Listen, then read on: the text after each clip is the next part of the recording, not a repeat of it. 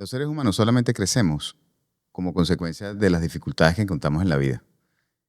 En un país como Noruega, en donde todo está en contra, la topografía, la extensión de terreno, el clima, todo en contra de la electromovilidad, el 95% de los autos eléctricos, los autos son eléctricos. En Panamá, que lo tenemos todo a favor, nos cuesta hoy en día tomar la decisión de comprar un auto eléctrico. Es por eso que hoy invitamos a William Puy para que nos hable específicamente no solamente de lo que hace, sino de toda su experiencia. Él estuvo encargado de electrificar ciudades y de planificar cómo iba a ser la red eléctrica para todos los vehículos que se iban a colocar en el mercado.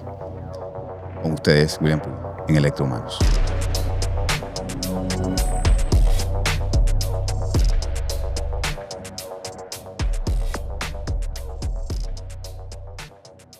Bienvenido a Electrohumanos, William. Mil gracias por estar aquí. Sé que tus visitas en Panamá son cortas, concisas y fugaces. Así que mi intención es poder no quitarte mucho tiempo sobre este tema.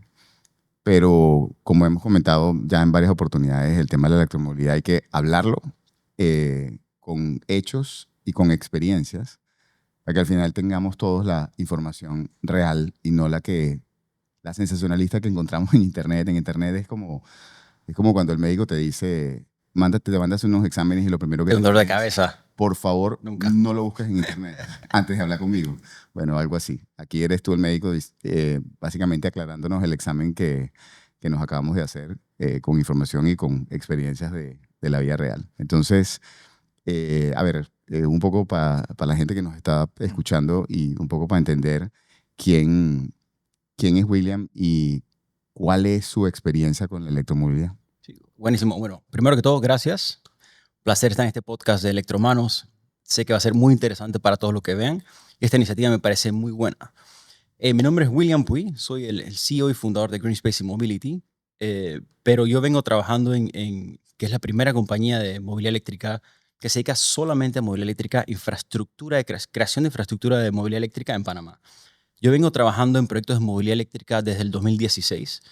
Fui el responsable de Tesla, que básicamente me tocó conectar desde Portugal hasta el sur de Italia toda la infraestructura de C y AC. En su momento, o sea, las personas aún en el sur de Europa sabían de movilidad eléctrica, pero no lo veías. Y bueno, y por un simple tweet de Elon Musk, literalmente, apliqué a una posición y así pasó todo en 2 semanas. Me mudé de Noruega a Barcelona y ahí es donde empieza mi trayectoria, ¿no? Entonces, con Tesla eso fue lo que hice, fue entender en movilidad eléctrica cómo se coge un sitio para poner cargadores tanto AC y DC y por qué. Sencillo. Yo quiero conectar las 2 ciudades principales para habilitar que te puedas mover. Listo. Y cuando llegas a tu destino, sales la siguiente mañana con tus 400 kilómetros de autonomía y te mueves. Poco más adelante, 3 años en esto, entonces ya entiendo dónde poner cargadores y cómo funciona. ¿Qué sigue? Entender qué hay dentro de un cargador y cómo funciona el dispositivo en sí. Me voy a ABB como gerente global de producto. ABB siendo una de las compañías de electrificación más grandes del mundo. Tuve la oportunidad de irme a Holanda, en Delft, en Rotterdam. Ahí está, como se llama, el HQ, donde desarrollé 2 cargadores o 2 tipos de tecnología. Uno es uno unidireccional, un cargador que carga el vehículo en DC a 24 kilovatios. Luego hablamos un poquito más de qué significa eso. Y lo otro es la bidireccionalidad, que yo utilizo la batería del vehículo para regresarla a la red o a tu oficina o casa. Luego entramos en detalles. Okay. Eso tuve la oportunidad de desplegarlo en 88 países en aproximadamente 3 años. Y en su momento tenemos el market share más grande del mundo en términos de cargadores desplegados a nivel global. Entonces pienso, ya sé dónde poner un cargador, ya sé cómo funciona el cargador, qué hay dentro del cargador, qué sigue, que es lo más importante, cómo piensa el cargador. Tuve la oportunidad de cambiarme de compañía a otra compañía en San Diego que se llama Nube, que es la compañía líder en temas de lo que se llama Energy Aggregation, utilizar la energía del vehículo para participar en la red, para redistribuirlo. Eso lo hice por aproximadamente 2 años y durante todo este proceso pienso cómo podemos traer todo esto a nuestro mercado. Y en paralelo desarrollamos Green Space Mobility, que es que tenemos como misión, como esa, conectar desde Panamá, todo Centroamérica hasta México, habilitando y proviendo. O sea, mi rol aquí en Panamá es sencillo.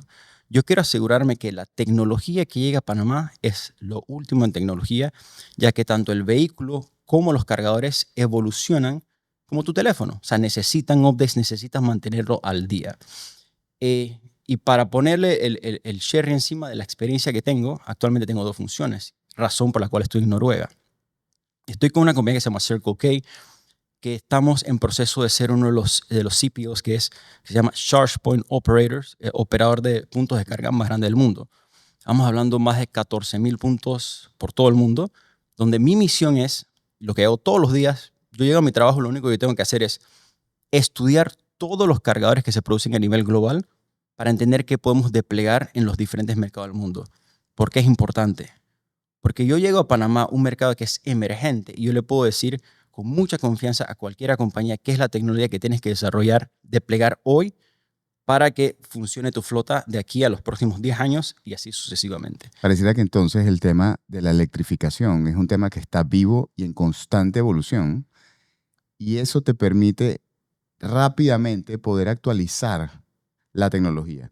O sea, una de las cosas que consistentemente choca el común denominador es que están muy acostumbrados, porque es como el aire. Las gasolineras están en todos lados y tú nunca piensas por una gasolinera. Lo que pasa es que no se detienen a pensar la cantidad de décadas que tomó para que tú tuvieras una gasolinera al nivel que lo tienes hoy. En cambio, mira la velocidad a la cual evolucionan estos cargadores. Correcto. En electromovilidad, o sea, la manera de pensarlo es diferente al típico gasolinera. Aquí tenemos tantos beneficios que nos hacen esto que sea único. Es decir, yo puedo salir de mi casa todas las mañanas en Panamá con mi carro que tiene 300 a 500 kilómetros de autonomía, depende del modelo. Yo puedo salir todas las mañanas con energía 100% renovable y moverme por todo Panamá el 90% del tiempo hasta gratis, o sea, por la energía solar que tenemos. Entonces, el concepto de parar en una gasolinera cambia. O sea, la mayoría de la gente dice, no, pero yo no quiero parar más de media hora a recargar. No, el 80% del tiempo tu vehículo está parado, ahí lo recargas. Y lo cual es una ventaja muy grande. O sea, tú no tienes que parar a recargar, pero tu vehículo recarga cuando no lo usas, que es la mayor parte del tiempo. El 80% del tiempo de tu vehículo está estacionado. Correcto.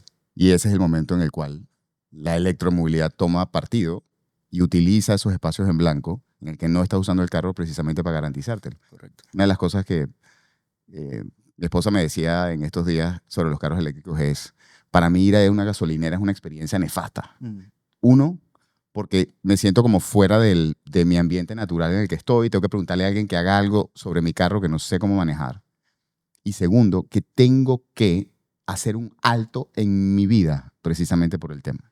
Y la electromovilidad lo que te genera es precisamente esos puntos en blanco, operarlos a favor tuyo, no en contra. Correcto. Entonces, cuando yo desarrollo una electrolinera hoy en día, yo no me fijo tanto en lo que estamos acostumbrados a llegar, echar la gasolina. O sea, esa no es la experiencia. La experiencia no es... O sea, yo hago que sea lo más fácil posible llegar y conectar. Eso es fácil. Pero lo que yo quiero que tú disfrutes esos 15 minutos que tu carro está cargando, que tengas el mejor café, que tengas las mejores amenidades y que sea una experiencia que tú quieras regresar al sitio. No por la carga. O sea, la carga es un dado que estará ahí.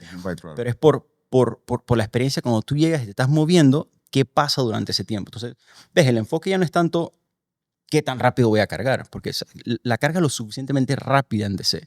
La pregunta es, ¿qué pasa durante ese tiempo y qué hago? ¿Cómo hago que eso sea la mejor experiencia? Y va al punto de tu esposa, ¿sabes? ¿Cómo hacemos que ese momento sea lo más eficiente y que se disfrute, ¿no? Porque, ¿sabes? Es una experiencia moverte en un carro eléctrico como cualquier otro, ¿no? Es como, me hiciste acordar, antes de la llegada de Starbucks al mundo, cuando la gente iba a Italia, parte de su experiencia al viajar era poder vivir estas culturas que en su país natural no existían, que era, por ejemplo, ir a una cafetería a tomarte un expreso como te lo tenías que tomar y pasar 2 horas conversando, que en Europa a lo mejor era muy natural, pero del país que tú venías, probablemente en los Estados Unidos, no. Entonces, llevar esa experiencia a el concepto tradicional de tomarse un café, que era un Dunkin' Donuts en un drive-thru un café percolated ahí durante horas, ahora una experiencia puntual, expansiva y muy, muy curada, es lo que al final hace la diferencia de por qué pagas un café de $8 en vez de uno de 0,75. Correcto. Entonces, ¿cómo entender esa experiencia que al final te lleva a poder manejar diferentes tonos que en una gasolinera hoy ni siquiera lo piensas? En una estación de carga sería algo totalmente distinto. Pero mira, hablemos de las realidades de lo que yo veo a diario. O sea, en el diario he tenido la oportunidad ahorita de vivir en Noruega y, o sea, yo estoy allá, por ejemplo, el 80-90% del tiempo y vengo a Panamá a tratar de traer la tecnología, las experiencias para crecer nuestro mercado de movilidad eléctrica. Yo estoy 100% confiado que en Panamá, si tienes un carro eléctrico, es la manera más eficiente de moverte. O sea, Noruega, siendo uno de los países más, con los climas más pesados del mundo en términos de frío, sigue siendo uno de los países que vendes mensual. Ya el 90% de los vehículos que se venden anuales son eléctricos. Desde el 2030 ya no se van a vender. Perdón, de 2025 ya no se venden más carros de combustión. Eso es a un año. Y aquí todavía no hemos percatado de los beneficios de poderte mover de manera más eficiente y más limpia. Es lo cual este concepto de electrohumanos me parece increíble y muy bueno que lo estás haciendo. Y sobre ese tema quería comentarte porque no todo el mundo sabe que vives en Noruega y yo hice como un análisis entre Noruega y Panamá y hay unas particularidades. Lo primero es que hay como 1 millón de personas de diferencia nada más entre uno y otro, pero en extensión territorial es como 10x. Es mucho más grande. Eso quiere decir que las distancias son mucho mayores. Correcto. En segundo lugar, tienes un clima que es súper en contra de la movilidad eléctrica porque es un clima sumamente frío, mientras que en Panamá tienes un clima cálido que favorece el uso de energía eléctrica. En tercer lugar, la producción de energía eléctrica en Panamá es infinitamente menos costosa que la fabricación de energía eléctrica en Noruega. Y sin embargo, la penetración en Noruega es del 95% versus el 2.5%. Y además, todo el mundo vive el hoy eléctrico y en Panamá todo el mundo dice que es que a eso le faltan años por llegar. ¿Por qué esa realidad tan diametralmente opuesta? Son 3 puntos de discusión muy interesantes. Uno, geográficamente Noruega es uno de los, o sea, es un país en términos de población menos denso del mundo. Es un país enorme. Si tú llegaras a mover a Noruega de esta manera, o sea, tú puedes llegar hasta Italia, o sea, cruza todo Europa, es bastante grande. O sea, que moverte allá es bastante, o sea, cruzar el país es horas, o sea, en avión, o sea, es enorme. Y Panamá, somos un país muy pequeño, simplemente somos 1 millón de habitantes menos y tenemos todas las condiciones perfectas para poder movernos con vehículos eléctricos. A tu punto 2, o sea, siendo un país tan pequeño y el tipo de energía que tenemos, en Panamá hay sol todo el tiempo versus Noruega que estamos mitad del año, no hay sol, pero estamos en promedio -10, -20 grados, lo cual es, como tú comentas, es lo contrario a lo que el vehículo eléctrico quiere. Entonces, si allá se puede, o sea, ¿qué hace que aquí se dificulte? Si yo pudiera literalmente cargar mi vehículo eléctrico en mi casa con energía 100% renovable solar, moverme el 90% del tiempo con esto, a mi cabeza no me hace sentido no tener un vehículo eléctrico aquí en Panamá. Porque yo puedo irme prácticamente de aquí a Chiriquí en una carga, que es lo que todo el mundo pregunta. O sea, el punto más lejos de Chiriquí, sí. Que hayas ido 2 veces a Chiriquí en tu vida. Exactamente. O sea, ¿cuántas veces al mes tú vas a Chiriquí? O sea, por eso que te digo que el 90% del tiempo tú estás cubierto, que te puedes mover prácticamente gratis. Ya con eso solamente, yo diría que es una de las razones principales por la cual tienes que mover a energía renovable. Perdón, a movilidad eléctrica con energía renovable.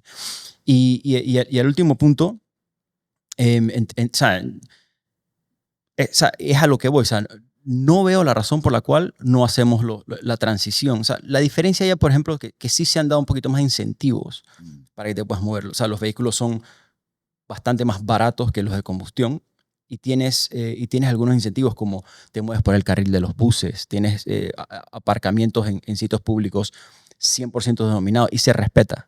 Aquí, o sea, no hemos llegado a ese punto y se entiende, pero hacer la transición ya, o sea, ya la podemos hacer, 100%. O sea, que es más un tema cultural que de tecnología.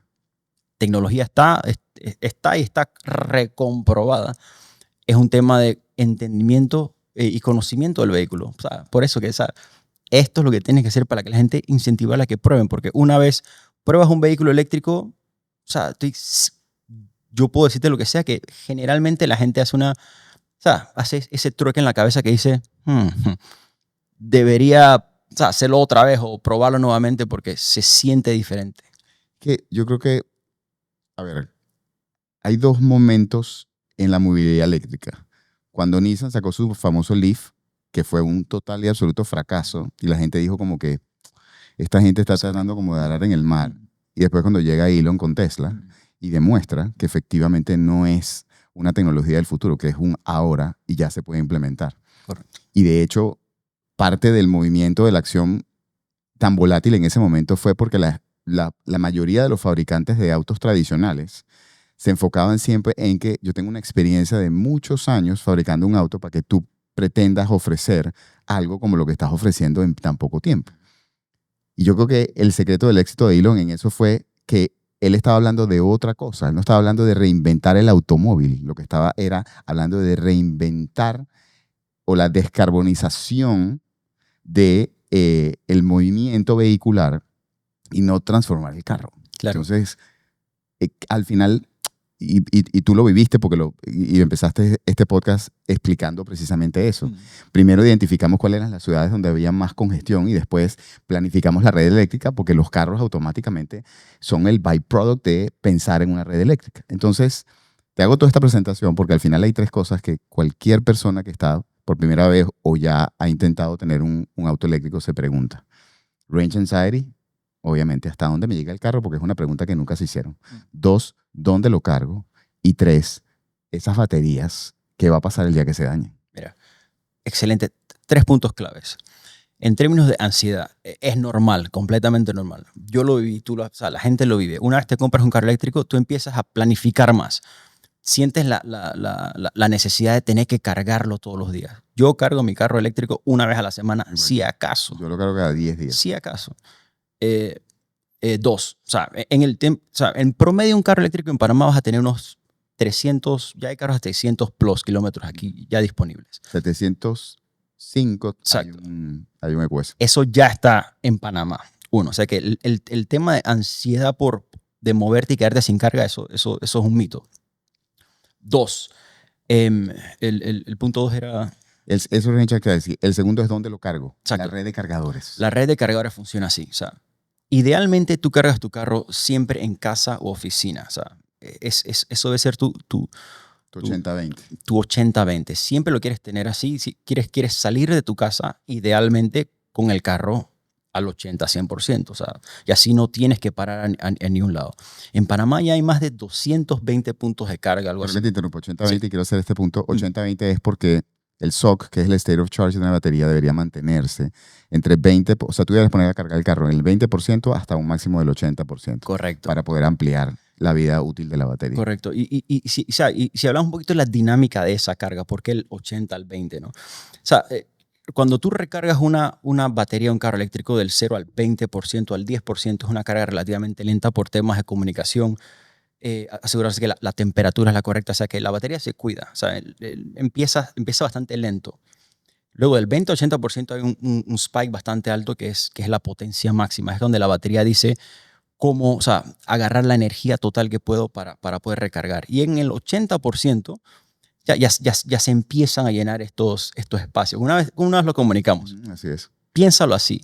Un estacionamiento, cuando tú llegas a un estacionamiento, digamos, multiplaza, que tiene 100 estacionamientos, al principio es fácil encontrar un estacionamiento. Cuando estás llegando al 80% casi lleno, tienes que dar un par de vueltas, lo mismo que Electron, y te toma un poquito más de tiempo. Así mismo funciona la batería de un vehículo eléctrico, obviamente, con otras cosas, ¿no? Pero esa es la manera de pensarlo.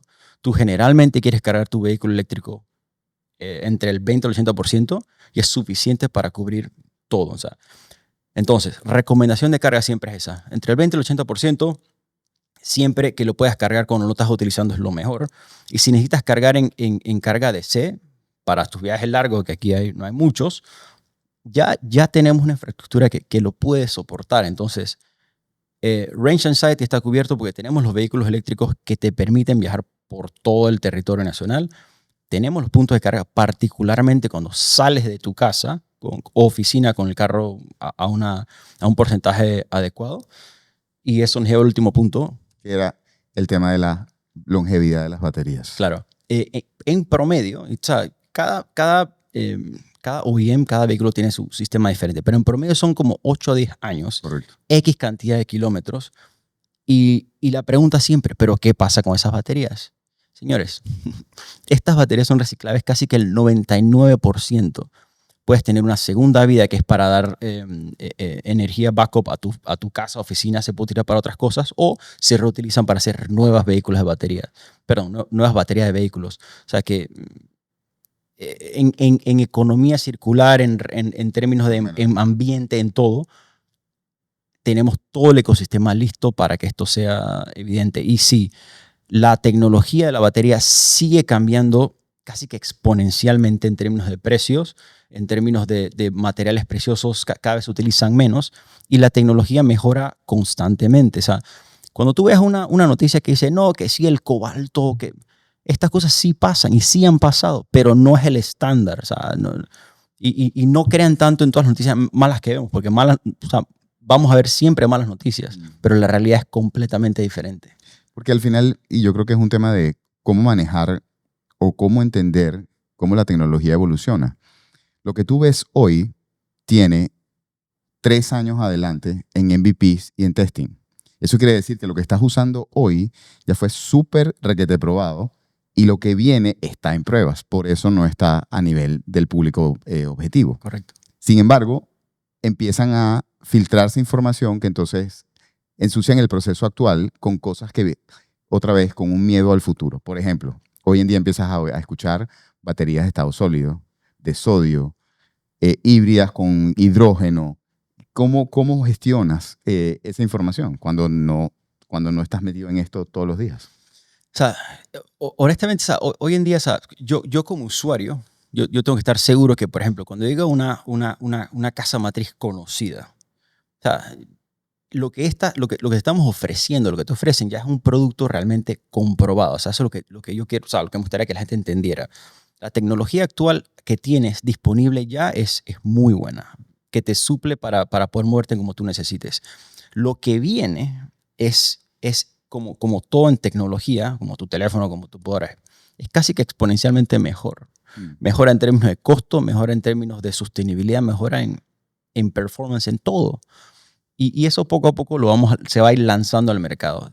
Te lo pongo así. Yo he hecho cargas que en segundos tú agregas kilómetros de autonomía a los vehículos. O sea, esto no se sabe.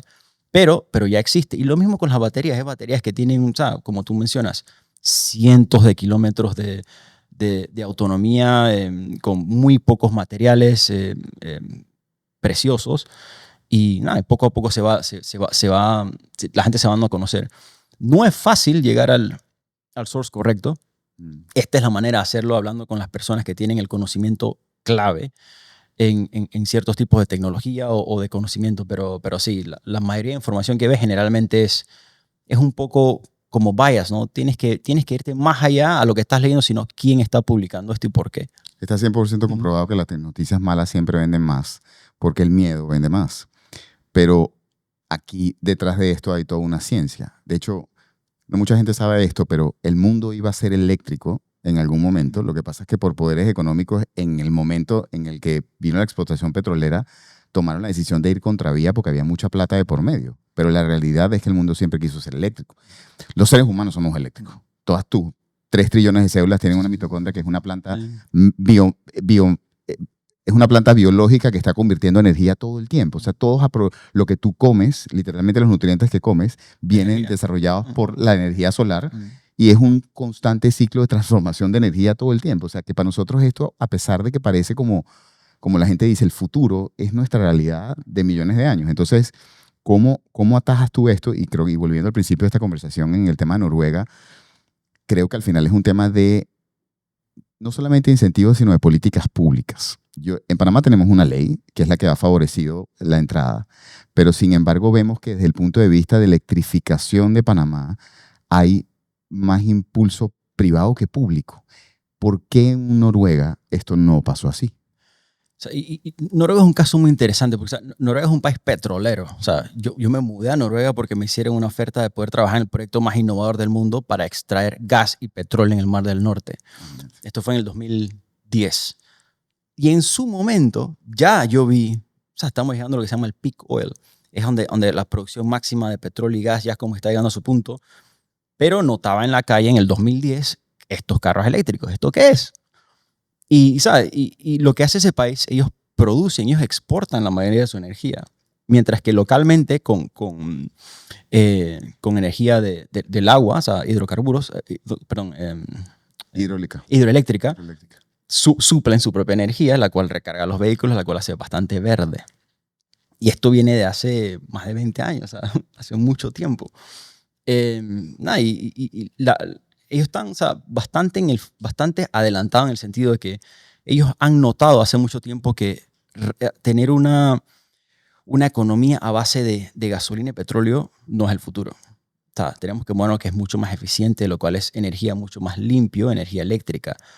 Y poco a poco han adaptado su país, sus leyes, su manera de vivir, todo a esa dirección. Y lo interesante es que todos los países de Escandinavia han copiado el sistema. Ya Noruega solía ser el laboratorio de nosotros de probar, ahora es Suecia, luego Dinamarca.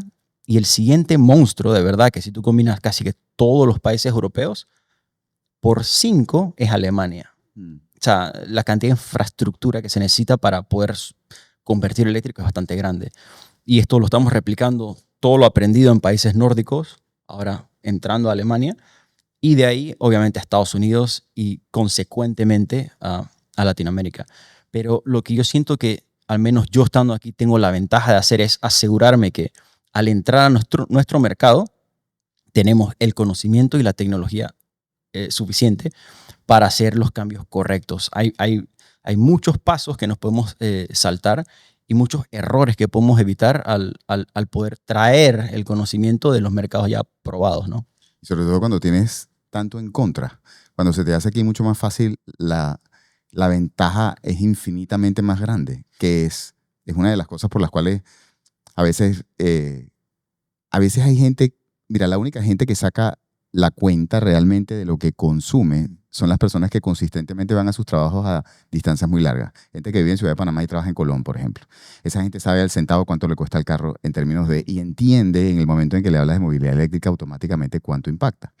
Pero por el otro lado hay mucha gente que le pone gasolina al carro, no sabe ni cuántos kilómetros le gastó, o sea, no hay una conciencia realmente de cómo te mueves.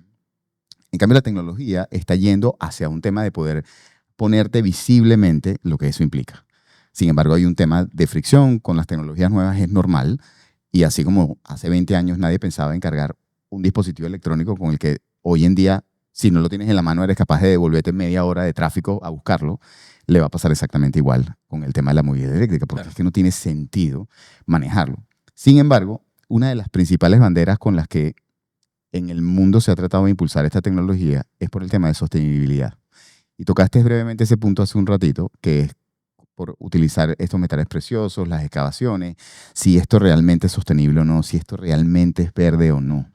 Y hay mucha gente que habla de esto sin entender ni siquiera cuáles son los efectos no directos, sino indirectos de la explotación mineral para poder tener combustión en los autos. Correcto. Entonces, ¿cómo ves tú el tema de sostenibilidad? ¿Eso es verdad que es sostenible? ¿Eso es verdad que es verde? Claro, la realidad es que o sea, todo lo que se ponga o sea, para extraer lo que sea, o sea, nunca nada va a ser 100% verde. Eso es correcto.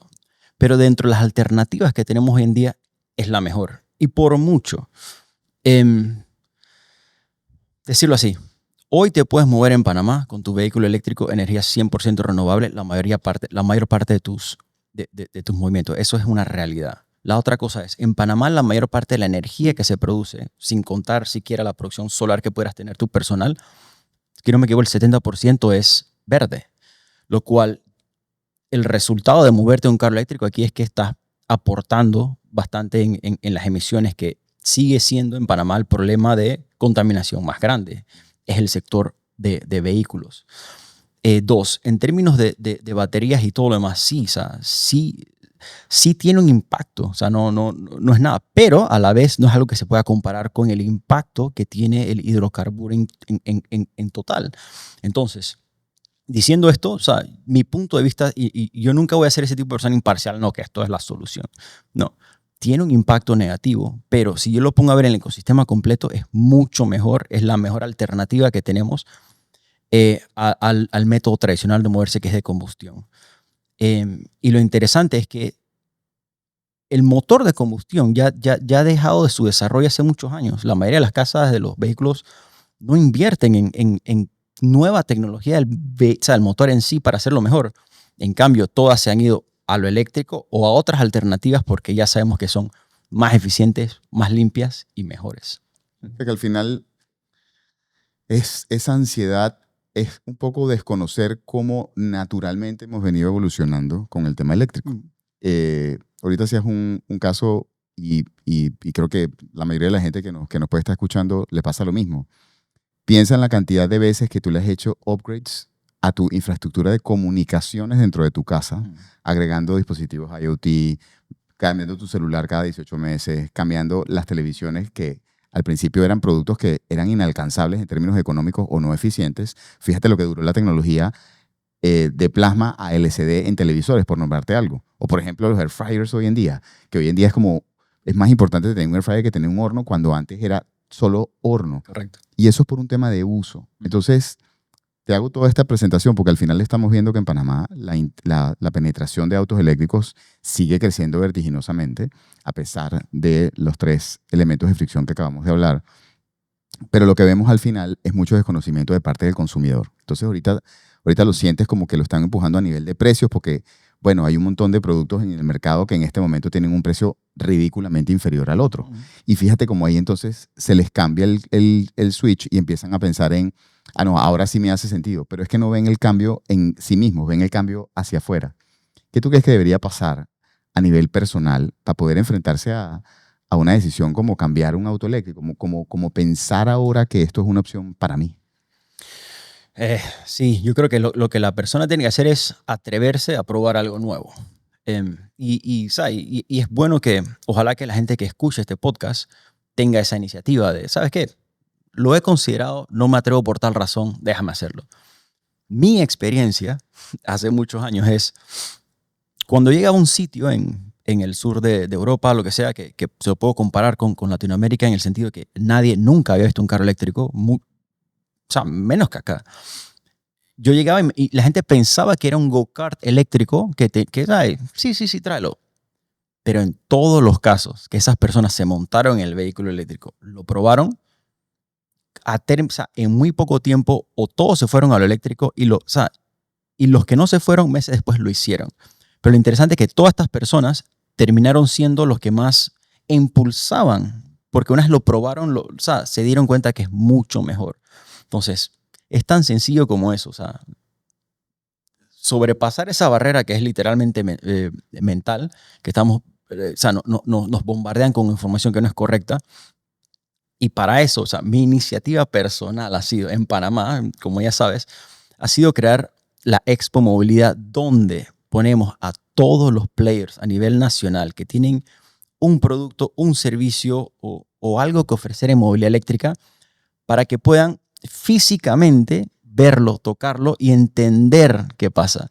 Porque de otra manera tenemos muchos productos, muchos servicios que la gente como que no llega. Entonces es eso. O sea, el mensaje a las personas es pensar qué producto me interesa y literalmente probarlo. Porque estoy seguro que una vez tú te sientes en uno de tus carros eléctricos, pensar irte a un carro que no sea eléctrico es bastante difícil. O sea, yo casi que no lo entiendo. O sea, y está bien tener tu carro de combustión, no hay ningún problema, pero una vez tengas la opción de manejar un eléctrico y irte a una combustión, te vas a dar cuenta que ¿sabes? Se siente mejor. Tú hablas al principio, por ejemplo, del tema de que tu carro eléctrico, que tiene, no sé, 62 kWh en baterías, se convierte al final en un transporte de energía. Porque cuando esta red evolucione, al final no es un tema de dónde está la energía, es de dónde la tengo que pasar, de dónde la convierto. Si del sol a una batería o de la batería que tengo que se recarga con la otra. Hoy en día te pasa, bueno, hoy en día las baterías de los celulares son mucho más eficientes en los últimos 2 años, Pero hace 2 años, Anker, por decirte una marca, hizo millones de dólares a nivel global porque sencillamente la necesidad de carga de la gente era brutal, porque el celular no duraba. Entonces, ahora tenías que tener un repositorio adicional. Yo pienso en un carro eléctrico como tal. O sea, yo muevo energía y efectivamente voy a ir a sitios donde movieron energía antes. Si lo analizas y vas hacia atrás, te das cuenta que es exactamente lo que pasa con las gasolineras. La gasolinera no tiene gasolina per se. Hay un camión que se mueve para llevar la gasolina donde está. Es exactamente lo mismo. Lo que pasa es que la gente no lo termina de internalizar. Claro, lo que hay que es, si utilizamos esa analogía, es decir, el camión de gasolina resulta que está en tu casa. O sea, resulta que yo tengo mi conector en mi casa, no tengo que ir a ningún sitio. Y siempre, o sea, regreso al tema que es mucho más eficiente y fácil moverte un carro eléctrico. Esa es la barrera de la gente. Todo el mundo pregunta, pero ¿cuánto tiempo dura cargar el carro eléctrico? O sea, nada. El carro eléctrico se carga cuando no lo estás usando. Y sí, si tienes que ir de un punto al otro punto, un viaje largo, literalmente 15 a 30 minutos máximo, tú tuvieras una carga completa al 100%, lo cual ni siquiera tienes que dar al 100% en la mayoría de los casos. El 80% que es rápido es lo que tú necesitas. Entonces, eso lleva a que es un punto más que nada educacional y de tener la información correcta. Lo que sí he notado es que al momento de una persona ir a comprar el vehículo eléctrico, no siempre reciben la información correcta. O sea que tenemos que empezar por ahí.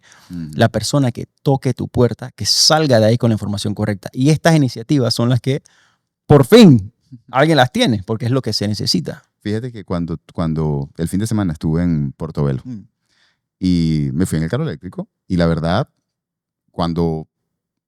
porque al punto que iba nunca había ido antes, entonces lo puse en Waze y vi la cantidad de kilómetros que había para primero calcular la distancia en términos de tiempo, a qué hora voy a salir, a qué hora voy a llegar, y automáticamente pensé en cuánta carga tenía en mi carro. Y tenía como 180 kilómetros. Y no lo pensé en ese momento y no tenía carga para devolverme. En Portobelo hay cargadores grandes y cuando voy en camino es que me cae la locha y digo, no tengo energía suficiente para devolverme. Tengo estos cargadores ahí, pero no me quiero mover de donde voy a estar. Yo tengo un cargador lento, por decirlo de alguna manera, AC, en el carro y dije, pero es que voy a estar el fin de semana. No voy a mover el carro. Ya, se me quitó el range automático porque dije, tengo 36 horas de carga. Claro. Y literalmente lo que hice fue cargar 30% o 35% del carro porque no lo puse todo el fin de semana porque era la casa de un amigo y tampoco quería cargar la factura eléctrica, que no es mucha, pero no se la quería cargar porque cuando lo enchufé, básicamente al día siguiente una de las preguntas que me hizo fue, oye, ¿y ese carro cuánto tiempo lo vas a tener cargando ahí? Le dije, no, tranquilo, que eso es como un celular. Es como, literalmente estoy cargando a 1.2 kWh. O sea, en realidad no te estoy generando mayor consumo eléctrico. Y hago toda esta presentación es porque una de las cosas que está pasando en Panamá es que en la mayoría de los PHs, ese es el charging anxiety de la mayoría de los edificios. Este man se compró un carro eléctrico y ahora nos va a destruir la factura eléctrica. ¿Y cómo se come eso? O sea, nosotros instalamos en muchos PHs diferentes tipos de soluciones. Hay maneras de verlo. O sea, cada inquilino tiene la capacidad de acuerdo a cómo está estructurado su PH, de conectar el cargador directamente a su medidor. O sea, que para él fuera un incremento de su energía, pero o sea, de $5 a la semana, $5 al mes. Yo no sé, de acuerdo a lo que él utilice. Y están los otros PH que simplemente instalan cargadores eléctricos comunales y lo agregan y se lo cobran directamente a estos usuarios. Cada PH tiene su manera de hacerlo. Lo que yo hago nuevamente es asegurarme de tener opciones. De decir, tú puedes instalar aquí esta cantidad de cargadores, cada uno puede ir con su celular, su tarjeta RFID, iniciar o terminar la carga. Al final del mes, tú sabes, Juan cargó 100 kilovatios, le va a costar $20. María, tanto, o sea. Y yo eso es lo que hago. Yo me aseguro de que tú tengas la capacidad de ajustar tecnología de carga con maneras de medirlo y poder ajustarlo a tu necesidad. Pero muchos simplemente lo tienen abierto, es decir, al que tenga un carro eléctrico lo recargan aquí, lo reservan tal a tal hora y listo. De acuerdo a la necesidad de uso de cada uno. O sea que, de nuevo, es un tema de información. No saben cómo manejarla porque yo sé al centavo quién gasta qué. Correcto. Esencialmente poderlo tener la implementación tiene que ser pensada en que es un servicio que le vas a prestar al inquilino. pero no es que no es medible, es que sencillamente tiene que tener unas reglas y esas reglas hacerlas claras y concisas para que el que vaya, de hecho, a mí me pasa consistentemente. Yo literalmente sé exactamente cuánto está consumiendo mi auto, todo el tiempo. Y no me cuesta ni es que yo soy más tecnológico, porque esa es es que yo no soy tan tecnológico, es que no es, si tú manejas WhatsApp todo el día en un celular, eres capaz de manejar una aplicación de carga. Claro. O sea, no es brain science. No. Es muy sencillo realmente. Al principio hay diferentes terminologías que nos tenemos que acostumbrar. Lo igual que es la gasolina 91, 90, o sea, diésel. Hay términos diferentes, pero una vez empiezas, lo empieza a ser tan natural entender esos términos versus los que utiliza actualmente. El ecosistema que a mí me gusta ver que se implementa no es solo la carga, o sea, no es solo la instalación de un cargador, sino es el entender cómo funciona ese punto de carga, cómo consume y más que nada siempre ver al futuro, cómo puedo mejorar la instalación. Son cosas a considerar, por ejemplo, en pH. O sea, no me centraría tanto en qué cargador voy a instalar y por qué, sino cómo voy a hacer que la infraestructura eléctrica que estoy instalando ahora, o sea, pueda seguir evolucionando, porque hay que pensar, en nuestros mercados o sea, el crecimiento de carros eléctricos será exponencial en algún momento. Ya lo vemos, o sea, pasó de 50 a 100, ya vamos por ¿cuánto? 400. O sea, el número va creciendo considerablemente. Antes que se den cuenta, esto ya será bastante común en las calles. Y así lo pedimos, que sea más que la instalación de un dispositivo, sino una manera inteligente de ver cómo la energía fluye. Y así es como nos centramos más o menos en tratar de crear infraestructura de carga inteligente. Bueno, ya la contestaste parcialmente, pero te tenía una última pregunta que era, ¿dónde ves tú a Panamá en los próximos 5 años en términos de electromovilidad? Mira, yo lo digo, o sea, viendo siempre desde afuera y tratando de entrar. Panamá tenemos todos los puntos necesarios para ser los líderes en la región en términos de una transición hacia una movilidad sostenible. ¿Por qué? Somos un país pequeño, con un GDP relativamente fuerte en términos de población. Y la cantidad de vehículos eléctricos que tenemos hoy en día, yo creo que que puede hacer que toda la población tenga un carro eléctrico. O sea, eso ya se puede. Así que yo de aquí a los próximos 5 años, yo veo Panamá liderando la región. Tenemos mucha competencia, tenemos países como Costa Rica que está volando, pero a diferencia que Panamá es pequeño. Panamá ya tiene una infraestructura de carga relativamente fuerte y tenemos grupos, y me gusta decir como el de nosotros, con mucha experiencia que puede traer la tecnología necesaria para que esta transición sea lo más sencilla posible. O sea, no pasa en todos los países. Tenemos otros países latinoamericanos que de repente no está eso ahí, pero Panamá es un país pequeño, mucha energía renovable solar. Tenemos la tecnología, tanto los vehículos como la carga y los sistemas de monitoreo inteligente. Así que la ecuación está ahí. El punto es ahora. Yo como usuario, o sea, ¿cómo tú le vas a llegar como venta de carro a esta gente para que sepan que eso ya está ahí? Y una vez eso se cubra, la gente lo empieza a ver por las calles, empieza a tener más curiosidad y el cambio es muy rápido. Yo estoy de acuerdo contigo. William, muchísimas gracias por estar aquí y muchísimas gracias por todo lo que nos compartiste. Yo creo que de eso se trata, de compartir experiencias que son reales y no futuras. Ya pasaron y aprender de esas experiencias para ver cómo no solamente las imitamos, sino cómo las hacemos más eficientes. Así que muchísimas gracias por estar aquí. Siempre la orden. Electromovilidad, vayan al evento. Sí, exactamente. La Expo Movilidad la ponemos ahora en noviembre, del 16 al 17 de noviembre, para asegurarnos de tener a todos los players necesarios. Es un ecosistema en el cual todas las personas van a poder ir a Panamá y van a poder ver qué compañías, tanto en el sector de cargadores, como de vehículos, como de bancos, como de proyectos sostenibles y energía sostenible, se unen para que tú hagas esta transición y conozcas todo lo necesario. Entonces, nosotros como GreenSpace y Mobility nos vamos a asegurar siempre que ser esa compañía panameña que llega aquí y te da a ti las opciones de tener lo necesario para hacer esa transición de la manera más segura y eficiente. Así que, de nuevo, un placer estar aquí. Las veces que podemos hacer esto, lo hacemos. O sea, si pueden seguirnos en Greenspace y Mobility para que vean, vamos a empezar a hacer temas educacionales para que puedas entender lo que estamos hablando a detalles. Mi carro es tanto tamaño de batería, ¿qué pasa? O sea, vamos un poquito más a lo técnico, ¿no? Pero sí, nuevamente, gracias y a la orden, siempre para ustedes. Muy gracias, William. Quedó, creo que, brutal.